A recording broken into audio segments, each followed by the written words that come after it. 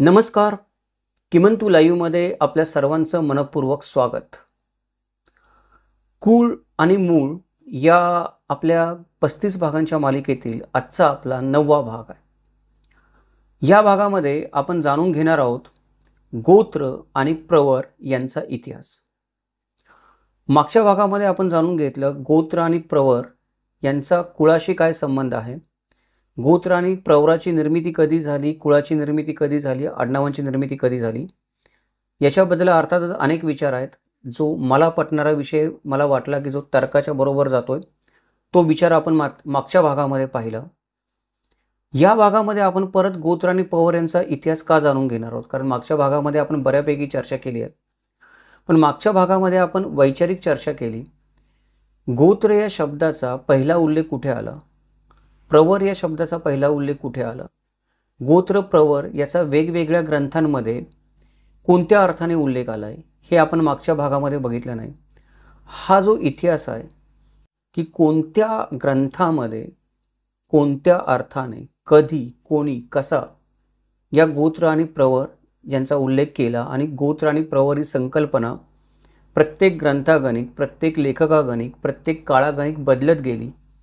ते वैदिक काळापासून ते आजच्या काळापर्यंत त्याचा एक ऐतिहासिक आढावा आपण घेणार आहोत. म्हणून आपण आजच्या व्हिडिओला नाव दिलंय गोत्र व प्रवर यांचा इतिहास. चला तर मग विषयाला सुरुवात करूयात. नमस्कार, माझं नाव किमंतू ओंबळे सरकार. आपण पाहतात किमंतू लाईव्ह. गोत्र आणि प्रवर हा शब्द बऱ्याचदा काय केला जातो की जोडून वापरला जातो. हा जोडून शब्द वापरायला सुरुवात कधी झाली, कारण गोत्र म्हणजे काय आणि प्रवर म्हणजे काय याच्याबद्दल मागच्या 2 व्हिडिओमध्ये आपण बऱ्यापैकी बघितलेलं आहे. या व्हिडिओमध्ये पण थोडीशा 2 नवीन व्याख्या आपण बघणारच आहे. पण त्याच्या आधी हे शब्द जोडून वापरायला सुरुवात कधी झाली आपण बघूयात. गोत्र आणि प्रवर या दोन्ही शब्दांचा जो संबंध आहे तो वैदिक धर्माच्या श्रौत आणि स्मार्त या दोन्ही अंगाशी आहे. आता हे श्रौत आणि स्मार्त काय आहे, मोठा विषय आहे, आजच्या व्हिडिओचा विषय नाही, त्याच्यामुळे आपण त्याच्यावर चर्चा करणार नाही, नाहीतर अवांतर विषयांतर होईल. गोत्र या शब्दाचा रूढार्थ भारतातील प्राचीन ऋषिकुल असा होतो किंवा असा केला जातो. प्रवर म्हणजे या गोत्रातील प्राचीन विशिष्ट ऋषीचं नाव. काय बोललो आता मी? गोत्र म्हणजे रूढार्थाने प्राचीन ऋषिकुल आणि प्रवर म्हणजे या ऋषिकुलातील एका विशिष्ट ऋषीचं नाव. आता ही काय झाली आणि गोत्र आणि प्रवर यांची एक वेगळी व्याख्या झाली. अशा वेगळ्या वेगळ्या 2-3 व्याख्या आपण मागच्या 2 भागामध्ये पाहिल्यात, अजूनही पुढे पाहणार आहोत. मी जसं पहिल्या भागापासून सांगत आलोय तसं गोत्र आणि प्रवर याच्या असंख्य लोकांनी केलेल्या असंख्य व्याख्या आहेत. इथे आपण जी व्याख्या बघतोय ती व्याख्या गोत्र आणि प्रवर हे शब्द एकत्र कसे आले हे समजून घेण्यासाठी बघतो. परत एकदा सांगतो, गोत्र म्हणजे प्राचीन ऋषिकुल आणि प्रवर म्हणजे या ऋषिकुलातील किंवा गोत्रातील विशिष्ट अशा प्राचीन ऋषीचं नाव. आता हे जे नाव आहे हे नाव श्रौत आणि स्मार्त कर्मामध्ये बऱ्याच ठिकाणी एकत्र येतं. म्हणजे वैदिक धर्मामध्ये जे वेगवेगळे ग्रंथ किंवा विधी सांगितलेले आहेत त्याच्यामध्ये जो उल्लेख केलेला आहे त्याच्यामध्ये बऱ्याच ठिकाणी एकत्रपणे उच्चारलं जातं. म्हणून हळूहळू ती प्रथा पडत गेली आणि गोत्र आणि प्रवर हे लोकांनी एकत्र उच्चारायला सुरुवात केली. आता हे एकत्र उच्चारायला सुरुवात केली म्हणून आपण गोत्र आणि प्रवरची व्याख्या बघितली. सर्वात आधी गोत्र हा शब्द आला कधी आणि सर्वात आधी गोत्र या शब्दाची व्याख्या काय होते किंवा सर्वात जुनी व्याख्या आपल्याला काय सापडते? गोत्र हा शब्द ऋग्वेदामध्ये सगळ्यात पहिल्यांदा आपल्याला आढळून येतो. वेगवेगळ्या अनेक वैदिक ग्रंथात पण आढळून येतो, पण ऋग्वेद आपण प्राचीन ग्रंथ आहे असं म्हणतो. त्यामुळे ऋग्वेद आणि इतर प्राचीन ग्रंथामध्ये संस्कृत वाङ्मयामध्ये जो गोत्र या शब्दाचा आपल्याला अर्थ सापडतो तो असा आहे की विचारवंतांचं असं म्हणणं आहे की गोत्र या शब्दाचा मूळचा अर्थ गायीचा गोठा असा असणार आहे. परत गाय आली. गायीचा गोठा कशावरून? तर गोठ्यातल्या गायी असतात त्या एकाच कुळाच्या मालकीच्या असल्यामुळे गोत्र हा शब्द त्या अर्थाने एका कुळाचा किंवा त्याच्या प्रमुखाचा बोध करण्यासाठी किंवा नाव समजून घेण्यासाठी वापरात आला असेल. म्हणजे गोठ्यातील सगळ्या गायी जशा एकाच मालकाच्या आहेत, त्यांचा एकच प्रमुख आहे कोणीतरी, त्या नावाने त्या गायी ओळखल्या जातात. म्हणजे मी 100 गायी पाळल्या असेल ऋग्वेद काळामध्ये, तर 100 गायी माझ्या नावानेच ओळखल्या जाणार.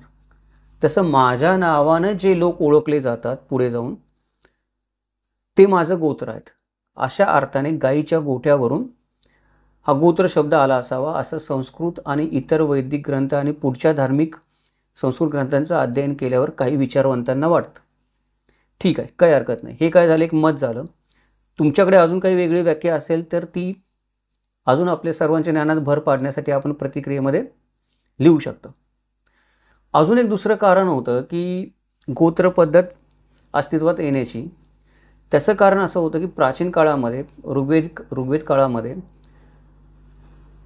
लोकसंख्या जरी कमी होती तरी या कमी लोकसंख्येमध्ये पण एका व्यक्तीची जर मला वेगळी ओळख सांगायची असेल तर मी सांगणार कशी? त्या काळात तर आडनावं कोणी वापरत नव्हतं.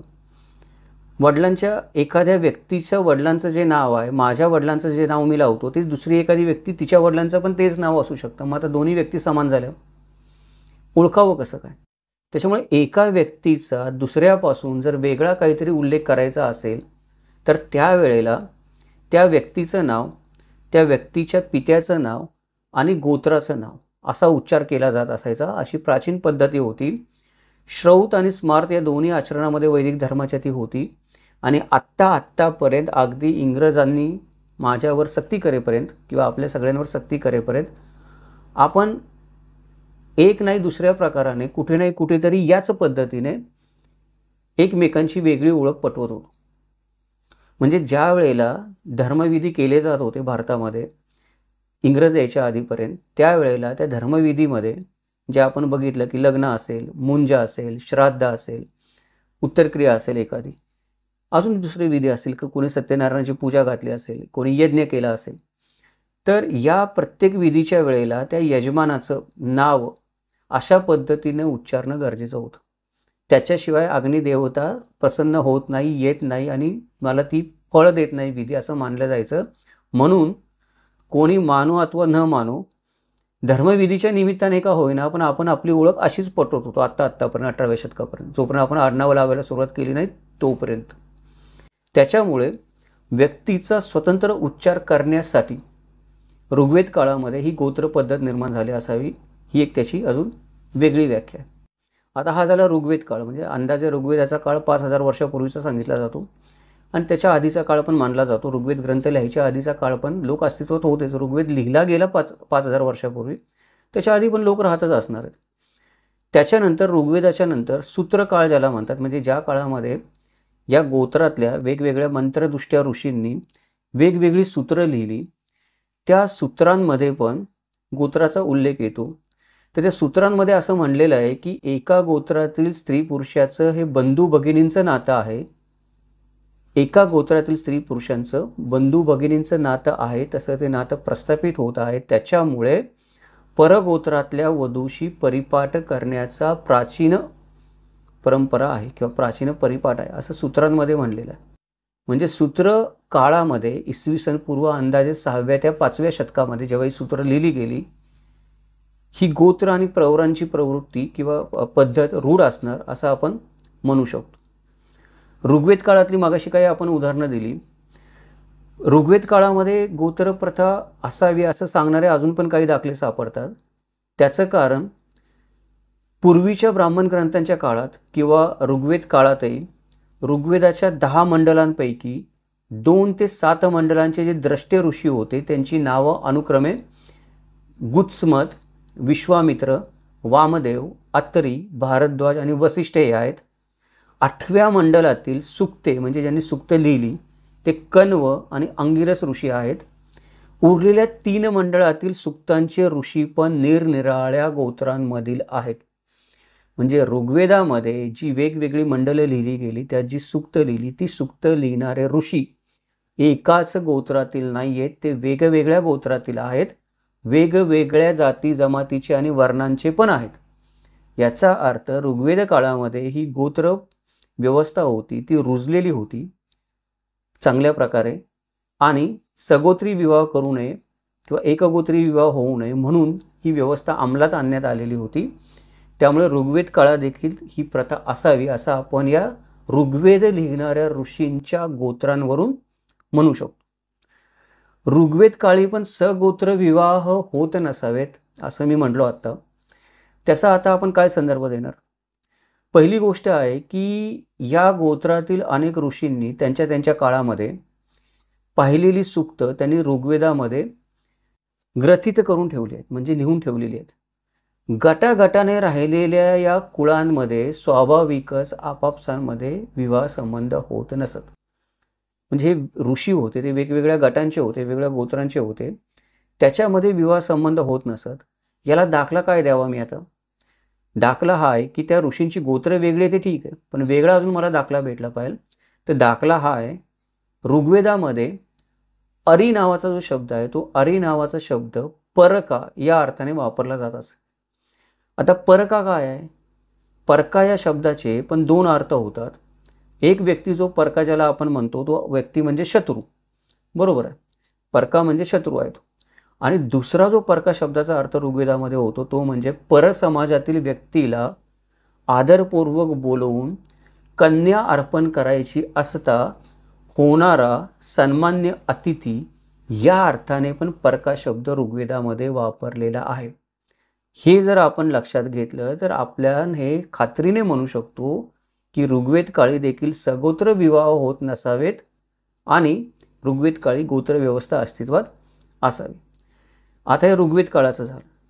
त्याच्या पुढे जाऊन जेव्हा वेगवेगळे ब्राह्मण ग्रंथ रचले गेले, त्या काळामध्ये पण ही प्रथा अस्तित्वात होती गोत्रांची. त्याचा पुरावा हा आहे की ब्राह्मण ग्रंथांमध्ये जामी हा जो शब्द आहे तो जामी शब्द बंधू अशा अर्थाने आणि अजामी शब्द अबंधू अशा अर्थाने वापरलेला. याचा अर्थ जामी म्हणजे बंधू, माझ्या गोत्रातला, जो माझ्या गोत्रातला आहे तो माझा बंधू आहे, तो रक्ताने माझा बंधू आहे, किंवा आम्ही समान गुरुकुलामध्ये शिकलो आहोत त्यामुळे तो माझा गुरुबंधू आहे, एकाच गोत्रातला आहे. अजामी म्हणजे अबंधू, म्हणजे तो माझ्या रक्तातला नाही आहे, नात्यातला, आणि तो माझ्या गुरुकुलात शिकलेला माझा गुरुबंधू पण नाही आहे, तो वेगळ्या ऋषीच्या गोत्रातला आहे. हे जे प्रयोग आहेत, आता एकदा जामी शब्द वापरला असता आणि एकदा अजामी वापरला असता तर ठीक आहे, आपण म्हणू शकतो बंधू अबंधू म्हणून वापरला आहे. पण या शब्दांचा उपयोग वारंवार ब्राह्मण ग्रंथांमध्ये वेगवेगळ्या ठिकाणी वेगवेगळ्या कारणाने केला आहे. तर तो फक्त बंधू आणि अबंधू याच्यापुरता मर्यादित नसून गोत्रासाठी पण गोत्राच्या दृष्टीने पण वापरला गेला आहे की माझं गोत्र आणि दुसऱ्याचं गोत्र हे वेगळं वेगळं करण्यासाठी तो शब्द वापरला गेला. आता हे झालं गोत्राबद्दल. आता प्रवर हा शब्द कुठे मला सापडला पहिल्यांदा? प्रवराची काय कथा आहे? तर प्रवर या शब्दाचा निर्देश जो आहे तो पहिल्यांदा आपल्याला ब्राह्मण ग्रंथामध्ये श्रौत विधीच्या निमित्ताने आलेला दिसतो. याच्यामध्ये आर्षेय या शब्दाला पर्यायी शब्द म्हणून प्रवर हा शब्द वापरलेला आहे. आता आर्षेय शब्द कुठून आला? तर अहिताग्नी यजमान पौर्णिमेला, अहिताग्नी यजमान पौर्णिमा ही एक काळ आपण म्हणतो की काळ घटना आहे किंवा एक विशिष्ट दिवस आहे ब्राह्मण ग्रंथांमधला. त्यावेळेला पौर्णिमेला पौर्णिमा श्रेष्ठी किंवा अमावस्येला दरश्रेष्ठी असे जे विधी केले जायचे, त्या इष्टीमध्ये प्रवरण नावाचा एक विधी आहे. होता या नावाचा ऋत्विज मंत्र, म्हणजे ऋषीने म्हणायचा मंत्र होता या नावाचा, म्हणून देवतेचे आवाहन आणि स्तुती करतो. अग्निदेवता हा दैवी होता, म्हणजे अग्निदेवता हा दैवी आहे होता, आणि यजमान हा जो होता आहे हा मानवी आहे. अशा प्रवरण प्रसंगी ज्यावेळेला हा प्रवरण विधी त्या इष्टीमध्ये होत असे पौर्णिमेला किंवा अमावस्येला, त्यावेळेला प्रत्यक्ष हवन करणारा अध्वर्यू, म्हणजे प्रत्यक्ष जो यज्ञामध्ये आहुती अर्पण करतो अग्निदेवतेला प्रसन्न करायला, तो अर्ध्वर्यू आणि अग्निदेवता असे दोघे पण यजमानाच्या गोत्रातील प्राचीन ऋषींचा निर्देश करतात. हे ऋषी कधी कधी 3 असतात किंवा कधी कधी 5 असतात. अशा ऋषींना आर्षेय अशी संज्ञा. म्हणजे ज्यावेळेला हा यज्ञविधी संपन्न होत असे त्यावेळेला त्या यज्ञविधीचं पौराहित्य करणारा ब्राह्मण जो कोणी होता असेल तो, ऋषी जो कोणी असेल तो, आणि यजमान, हे सगळेजण ते ज्या गोत्रातले आहेत त्या गोत्रातली ओळख पटवण्यासाठी फक्त एका ऋषीचं नाव सांगून तिथे जमत नाही, 3 किंवा 5 ऋषींची नावं सांगू शकतात. तेव्हा तो मनुष्य त्या गोत्रातला आहे हे स्पष्ट होतं. हे जे 5 किंवा 3 ऋषी असतात हे ऋषी आहेत. या ऋषींना त्या काळामध्ये आर्षेय म्हणलं जात असे. हा विधी जो प्रवरण नावाचा असे, तो प्रवरण नावाचा विधी करण्यासाठी आर्षेय ऋषी नावं उच्चारत असत. म्हणून पुढे जाऊन या ऋषींना आर्षेयच्या जागी प्रवर म्हणलं जाऊ लागलं असावं, असा एक अंदाज किंवा दाखला काही विचारवंत देत असतात. आता हे पुरोहित असतात, हे पुरोहित जे प्रवर उच्चारतात म्हणजे काय, या ऋषींची नावं उच्चारतात त्या कुळातली, अग्निदेवतेला ओळख पटावी म्हणून कोण यजमान ते कार्य करतोय, त्यावेळेला एक विशिष्ट प्रवरांचा निर्देश असणारा मंत्र आपल्याला ऋग्वेदामध्ये आढळतो. त्याच्यामध्ये काही विशिष्ट प्रवरांची आपल्याला नावं आढळतात. यजमान क्षत्रिय किंवा वैश्य असेल तो यज्ञ करणारा, तर त्याचं गोत्र हे ब्राह्मण नसणार. त्याच्यामुळे त्या यजमानाचा जो पुरोहित असेल, त्या पुरोहिताचे जे काही गोत्र असेल, त्याचं जे काही प्रवर असेल ओळख सांगण्यासाठी, ते त्यावेळेला उच्चारायचं असतं.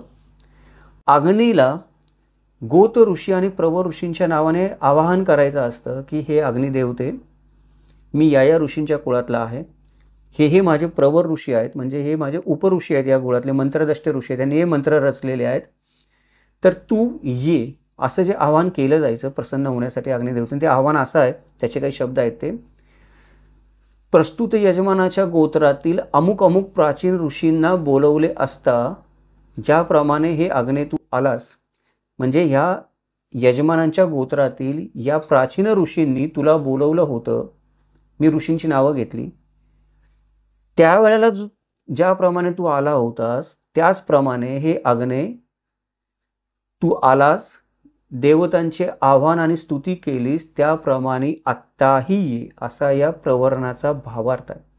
म्हणजे प्रवरण हा विधी पौर्णिमेला आणि अमावस्येला इष्टीच्या निमित्ताने जो केला जात होता, त्या प्रवरणाचा भावार्थ असा आहे की हे अग्नी तू याच यजमानांनी किंवा याच यजमानातल्या गोत्रातील ऋषींनी मागे जेव्हा यज्ञ केला होता, ते ऋषी हे आहेत, त्यांनी तुला आवाहन केलं होतं तेव्हा तू आलास आणि तू यजमानाच्या इच्छेप्रमाणे देवतांची स्तुती केलीस, देवतांना आवाहन केलंस की या यजमानांची इच्छा तू पूर्ण कर, तेव्हा जेव्हा तू आला होतास या ऋषींच्या विनंतीला मान देऊन, तसा तू आत्ता देखील ये. आणि ही जेव्हा ऋषींची नावं या मंत्रामध्ये उच्चारली जातात, त्यावेळेला ते गोत्रामधले 3 ऋषी असतात किंवा 5 ऋषी असतात, 4 नसतात, 5 पेक्षा जास्त देखील नसतात. प्रवर नेहमी 3 असतात, कमीत जास्तीत जास्त, किंवा 5 असतात, 4 नसतात, 5 पेक्षा जास्त नसतात. वस्तुतः हे जे प्रवरण किंवा निवड किंवा आव्हान आहे, हे मनुष्य आहे. हा मनुष्य यजमानाच्या रूपाने अग्नी जो देवतेचा प्रतीक आहे, दैवी प्रतीक आहे, त्याला करतो की तू माझ्या वतीनं हे देवतांना आवाहन कर, माझ्या वतीने तू देवतांची स्तुती कर, जेणेकरून देवता माझ्या इच्छा पूर्ण करतील. तर प्रवरांचा पहिला उल्लेख स्पष्टपणे अशा पद्धतीने आपल्याला आढळतो. या प्रवरणावरूनच आर्षेय अर्थी प्रवर हा शब्द पुढे जाऊन रूढ झाला. हे प्रवर असतात, हे गोत्रातील क्रमशः पिता, पितामह, प्रपितामह असणारे मंत्रदुष्टे ऋषी असतात. म्हणजे काय, माझं गोत्र जे आहे त्या गोत्रातले मूळ जे ऋषी आहेत, ज्यांच्या नावाने गोत्र सुरू झालं, त्या ऋषींची जी मुलं आहेत, जी वेगवेगळ्या गणांची प्रमुख आहेत, त्या अर्थाने पिता, पितामह, प्रपितामह अशा अर्थाने मी मागे मागे जातो. हे जे ऋषी आहेत ते माझ्या कुळातले श्रेष्ठतम ऋषी आहेत, जे प्रवर आहेत ते, त्यांचं नाव घेतो मी, ज्यांनी मंत्र रचले अग्नीला प्रसन्न करण्यासाठी, अशी मूळ कल्पना आहे. आणि पुढे पुढे काय झालं की पहिल्यांदा ही कल्पना होती की मंत्र रचणारे माझ्या कुळातले आधीचे पहिले 3 किंवा पहिले 5 ऋषी, त्यांचं नाव प्रवर म्हणून लावायचं. पण पुढे पुढे जे मंत्रदुष्टे नव्हते आणि पहिले 5 नव्हते, त्याच्यापेक्षा पण नंतर जन्माला आलेले ऋषी होते, त्यांची नावं पण पुढे पुढे प्रवर म्हणून लावायला सुरुवात झाली. आता हे जे आहे हे प्रवराध्याय किंवा प्रवर प्रश्न याच्यामध्ये आपल्याला लिहिलेलं दिसतं. आता प्रवरांची एकूण संख्या जी आहे, म्हणजे एकूण जे प्रवर नाव लावणारे ऋषी आहेत ते 49 आहेत. गोत्र आणि प्रवर यांचा जो हा संग्रह आहे नावांचा, तो आपल्याला यजुर्वेदाच्या श्रौत सूत्रांच्या परिशिष्टामध्ये आढळतो. आणि यजुर्वेदाच्या श्रौत सूत्रांच्या परिशिष्टामध्ये जो हा आपल्याला गोत्र आणि प्रवर यांच्या ऋषींची नावं सांगणारा जो संग्रह आढळतो, त्याला म्हणलं जातं प्रवराध्याय किंवा प्रवर प्रश्न, जिथे आपल्याला बहुतेक गोत्रांची आणि प्रवर ऋषींची नावं सापडतात. पुढे जेव्हा आपण येतो तेव्हा यजुर्वेदाच्या पुढे आल्यानंतर बौद्धायनाच्या प्रवर अध्यायामध्ये, म्हणजे बौद्धायन ग्रंथामध्ये जिथे माहिती दिलेली आहे प्रवरांची आणि ऋषींची, त्या अध्यायामध्ये आपल्याला अशी माहिती मिळते, जसं मी मगाशी म्हटलं तसं वेगवेगळ्या ग्रंथात वेगळी वेगळी माहिती मिळते. यजुर्वेदामधल्या मगाशी आपण बघितलं की श्रौत सूत्रांमध्ये आपल्याला 49 प्रवरांची माहिती मिळते. बौद्धायनाच्या प्रवर अध्यायामध्ये आपल्याला अशी माहिती मिळते की विश्वामित्र, जमदग्नी, भरद्वाज, गौतम, अत्री, वसिष्ठ आणि कश्यप हे सप्तर्षी आहेत. त्यांच्यामध्ये 8वा ऋषी अगस्त्य मिसळला. हे 8 ऋषी होतात, जे 8 मूळ गोत्र ऋषी आहेत. ह्या सगळ्या ऋषींची जी संतती आहे, या 8 ऋषींची, ती संतती म्हणजे गोत्र झाली. या 8 ऋषीमध्ये प्रत्येकाच्या प्रजेमध्ये परस्पर विवाह निषिद्ध आहे. म्हणजे या 8 गोत्रांमध्ये परस्पर विवाह केला जाऊ शकत नाही. या प्रत्येक गोत्रामध्ये परत जे लोक होते त्या लोकांची वेगवेगळ्या गणामध्ये विभागणी केलेली आहे. त्या गणामध्ये परत अनेक गोत्र आहेत, त्याच्यात अजून परत उपगोत्र आहेत. त्या सर्वांची नावं ही बौद्धायन प्रवर अध्यायामध्ये दिलेली आहेत. जर तुम्हाला शोधायचे असतील नावं तर तुम्ही बौद्धायन प्रवर अध्याय वाचू शकता. आता ही जी काही नावं दिलेली आहेत बौद्धायन प्रवर अध्यायामध्ये, त्याच्यामधल्या गोत्रांच्या संख्येबद्दल आपल्याला कुठेही एकमत आढळून येत नाही.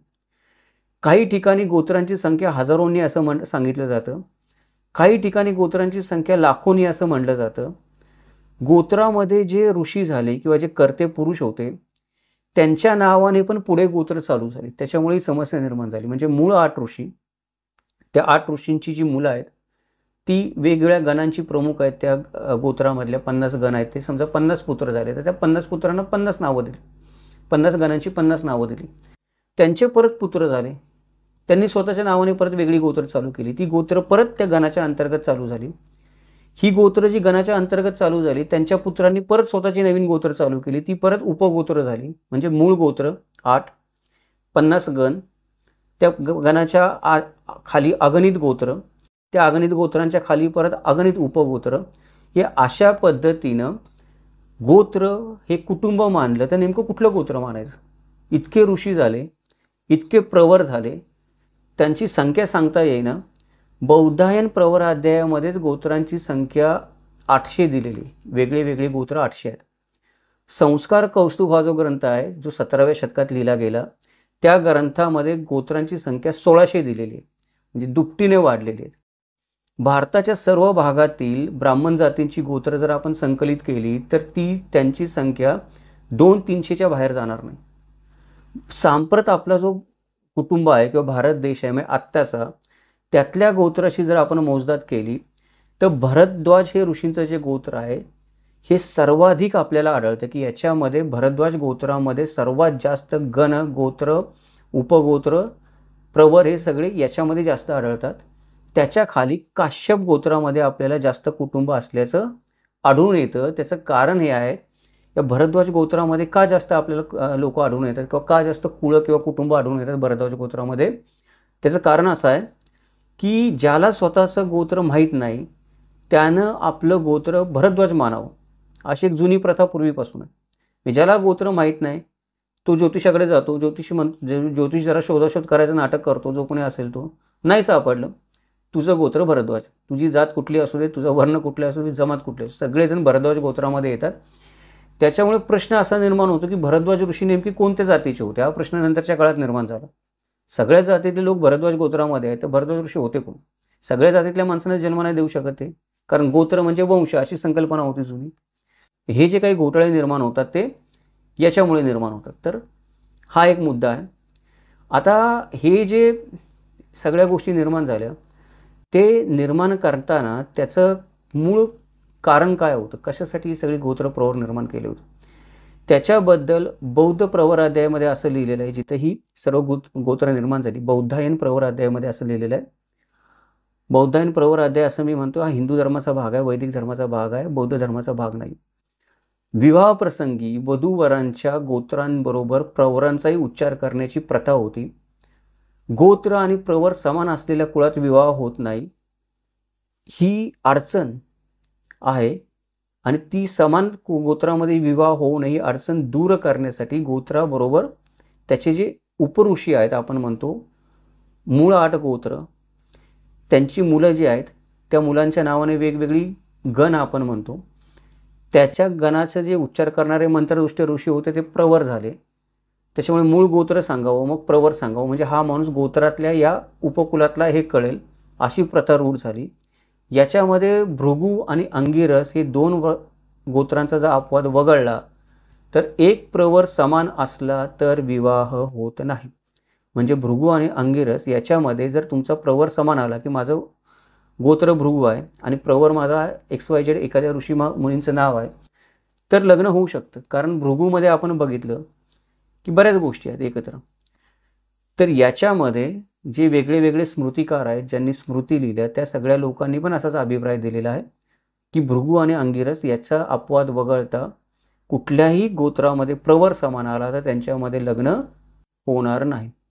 आता व्यवहारामध्ये गोत्रांबरोबर प्रवरांचा निर्देश करण्याची ही जी प्रथा पडली, ती प्रथा पण नंतर काय व्हायला लागली की फेल व्हायला लागली. म्हणजे ती प्रथा पण काम करेनाशी झाली काही काळाने. त्याचं कारण असं झालं, लोकसंख्या वाढली.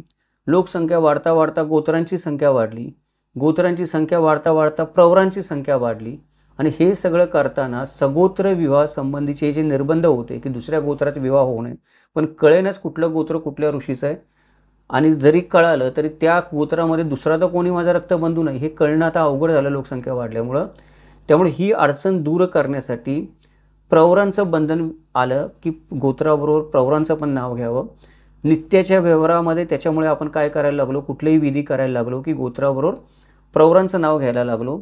स्मृती काळानंतर ही गोत्र आणि प्रवरांचं नाव घेण्याची प्रथा मोठ्या काळामध्ये रूढ झालेली आपल्याला दिसते. की या व्हिडिओच्या सुरुवातीला आपण जे म्हटलं की गोत्र आणि प्रवर एकत्र नाव घेतलं जातं, ती प्रथा कधी रूढ झाली? स्मृती काळानंतर, जेव्हा स्मृती लिहिल्या गेल्या तेव्हा नंतर.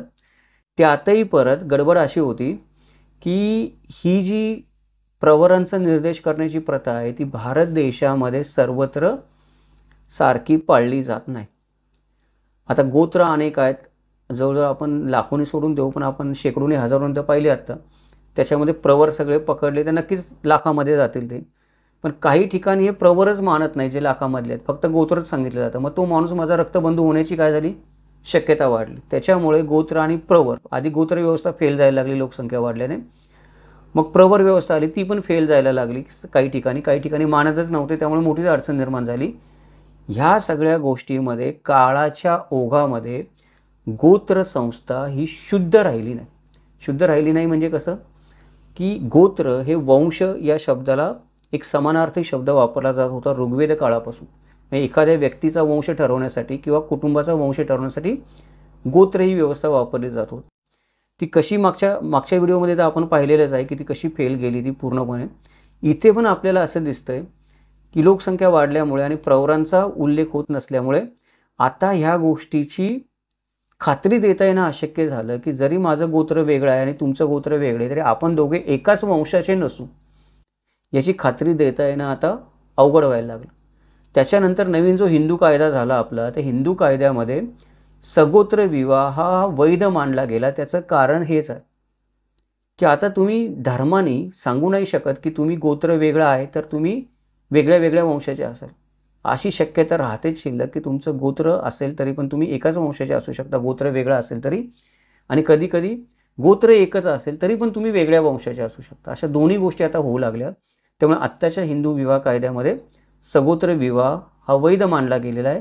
आणि आत्ताचे जे काही शास्त्रकार आहेत, म्हणजे आज जे लोक शास्त्राचा अर्थ सांगतात आपल्याला, ज्यांना आपण अधिकारी मानतो, शास्त्राचा अर्थ सांगणारे किंवा वैदिक धर्मग्रंथांचे आधार सांगणारे जे बरेचसे लोक आहेत ज्यांना आपण अधिकारी मानलं जातं, धर्म त्यांना मानतो की हे अधिकारी आहेत धर्माचा अर्थ सांगणारे, त्या लोकांनी पण ही गोष्ट आता मान्य केलेली आहे की काही हरकत नाही सगोत्र विवाह करायला, कारण आता गोत्राच्या बळावर आपण ते काही वेगळं करू शकत नाही. जैन आणि बौद्ध ग्रंथात पण आपण बघतो की गोत्र हे कुटुंब या अर्थानेच हा शब्द वापरला गेलेला आहे. तिथे पण थोडीफार आता या समाजांना आपण अल्पसंख्य समाज म्हणतो भारत देशामध्ये, हिंदू धर्माच्या तुलनेने नगण्यच आहेत, पण त्यांची पण संख्या पूर्वीपेक्षा आता वाढली आहे. म्हणजे आधी जी होती संख्या जुन्या काळामध्ये आपण म्हणतो पहिल्या शतकामध्ये 5व्या शतकामध्ये त्याच्यापेक्षा आज त्यांची संख्या कितीतरी पटीने वाढलेली आहे. त्यामुळे तिथे पण परत ही समस्या जैन आणि बौद्ध ग्रंथांमध्ये पण निर्माण झालेली. तर हे जे काही आहेत हे आपण काय केले की काही वेगवेगळ्या ग्रंथामध्ये आलेले उल्लेख बघितले गोत्र आणि प्रवर याचं माहीत असणं गरजेचं आहे. माहीत असेल तर आपण आत्मविश्वासाने एखादी गोष्ट बोलू शकतो आणि समस्या कशी एखादी निर्माण झाली ते सांगू शकतो. म्हणून हा सर्व इतिहास आपण पाहिला.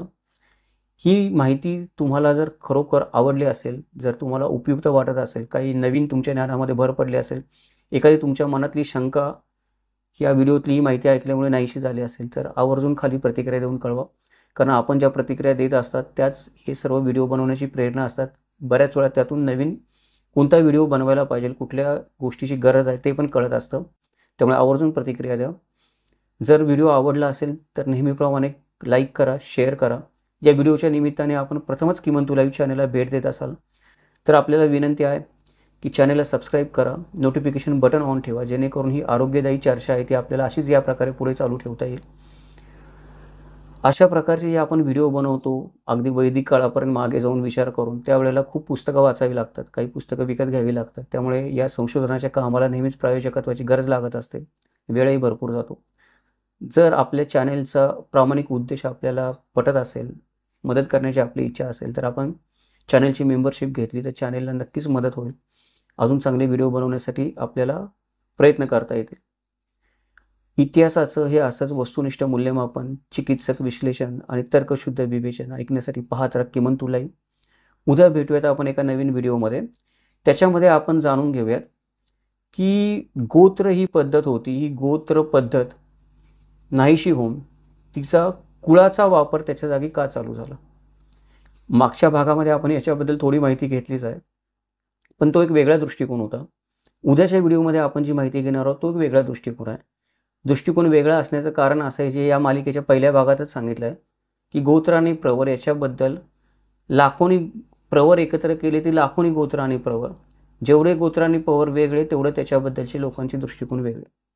तर त्यातले काही 3 दृष्टिकोन आपण मागच्या 3 व्हिडिओमध्ये पाहिले, या व्हिडिओसहित धरून 3 व्हिडिओमध्ये. पुढच्या 2 व्हिडिओमध्ये आपण गोत्र आणि प्रवर या गोष्टीकडे बघण्याचे 2 अजून वेगळे दृष्टिकोन पाहूयात. तोपर्यंत पाहत राहा किमंतू लाईव्ह. भेटूयात उद्या एका नवीन व्हिडिओसोबत. जय महाराष्ट्र, जगदंब.